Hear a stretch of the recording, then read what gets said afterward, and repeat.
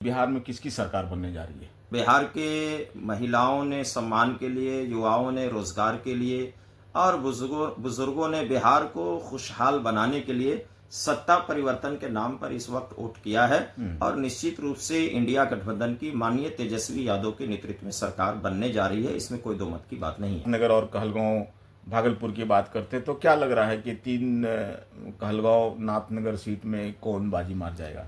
खासतौर से नाथनगर के जनता ने, सभी धर्म वर्गों ने जेड हसन साहब की लोकप्रियता कहिए, उनकी काबिलियत कहिए, उनकी सलाहियत कहिए और समाज के बीच में काम करने का उनका जो क्षमता है, वो सारी चीज़ों को देखते हुए नाथनगर की जनता ने धर्म से आजाद से ऊपर उठ करके सिर्फ क्या है, एक ही को वोट किया है, उसका नाम है जेड हसन साहब, जो राष्ट्रीय जनता दल के क्या है प्रत्याशी थे। और कहलगांव में सर क्या किसका पल्ला भारी? कहलगांव में कई प्रत्याशियों ने क्या है अपनी किस्मत आजमाई का संघर्ष किया, लेकिन रजनीश यादव पढ़ा लिखा, लंदन से क्या है एमबीए किया हुआ और बिल्कुल युवा, नया करंट लेकर के मैसेज आया है। सीएसआर का मुद्दा जो खास तौर से कहलगांव क्षेत्र में इन्होंने सामने लाया है, तो नौजवानों में एक बड़ा उत्साह देखा गया और कहलगांव ने पिछले तमाम रिकॉर्डों को तोड़ते हुए इस बार जो वोट और अपने मत का प्रयोग किया है, वो माननीय रजनीश यादव की लोकप्रियता कहिए, उनकी काबिलियत कहिए, उनके टैलेंट कहिए, उनकी सलाहियत कहिए। और माननीय तेजस्वी यादव ने चूंकि एक बात कही थी कार्यक्रम के बीच में कि रजनीश यादव ये कहलगांव का बेटा बनकर के काम करेगा,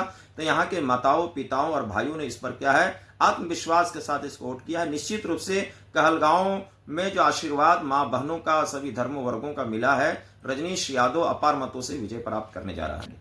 ये सच्चाई है कि भागलपुर शहर का अजीत शर्मा का टक्कर बिल्कुल आमने सामने है, लेकिन मेरी शुभकामना है कि अजीत शर्मा जी को जीत हासिल हो, ये मेरी दुआएं हैं। लेकिन आमने सामने का टक्कर रहा है और भागलपुर चूंकि बहुत सारी चीज़ों को देख रहा है, लेकिन मेरी शुभकामना है कि अजीत शर्मा जी की भी सीट निकले। क्या कहना है एग्जिट पोल के बारे में? ये एग्जिट पोल बीमारों का सिस्टम है और ये बिकाऊ माल का सिस्टम है, गोदी मीडिया का था। आपने बीपी न्यूज को देखा नहीं? 206 सीटें बतला रहे थे और दूसरे ही दिन क्या धराशायी हो गए।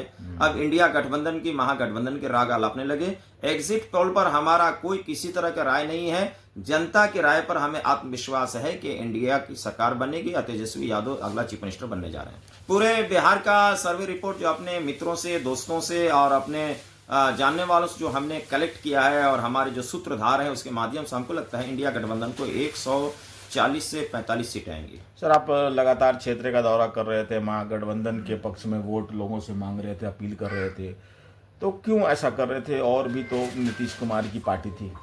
चूंकि बिहार ही तय करेगा कि भारत में भारतीय संविधान का गरिमा कैसे बचा रहेगा।